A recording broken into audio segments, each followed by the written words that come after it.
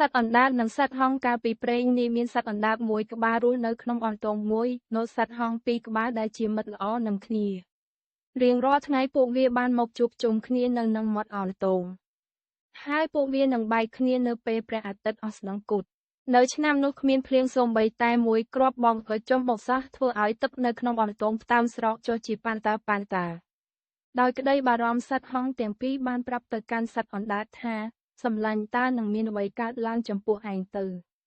ពួកយើងបារម្ភណាស់សត្វអណ្ដើកតបខ្ញុំពេញចិត្តជាខ្លាំងចំពោះការយកចិត្តទុកដាក់របស់ពួកឯងមានបញ្ហានៅចំពោះមុខហើយនាពេលនេះសូមជួយស្វែងរកវិធីគេចផុតពីគ្រោះថ្នាក់នេះផង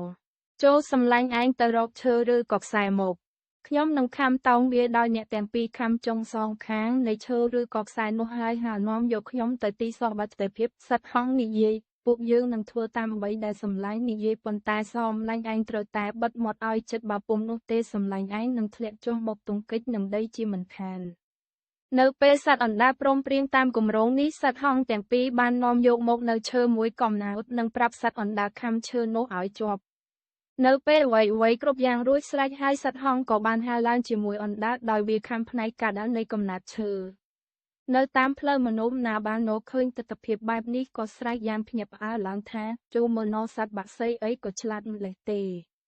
ដោយការព្យាយាមឆ្លើយតបទៅនឹងមនុស្សថានេះជាគំនិតរបស់វាសត្វអណ្ដើកបានហាមាត់ក៏ធ្លាវចុះមកលើដីហើយត្រូវមនុស្សសម្លាប់នាពេលនោះទៅ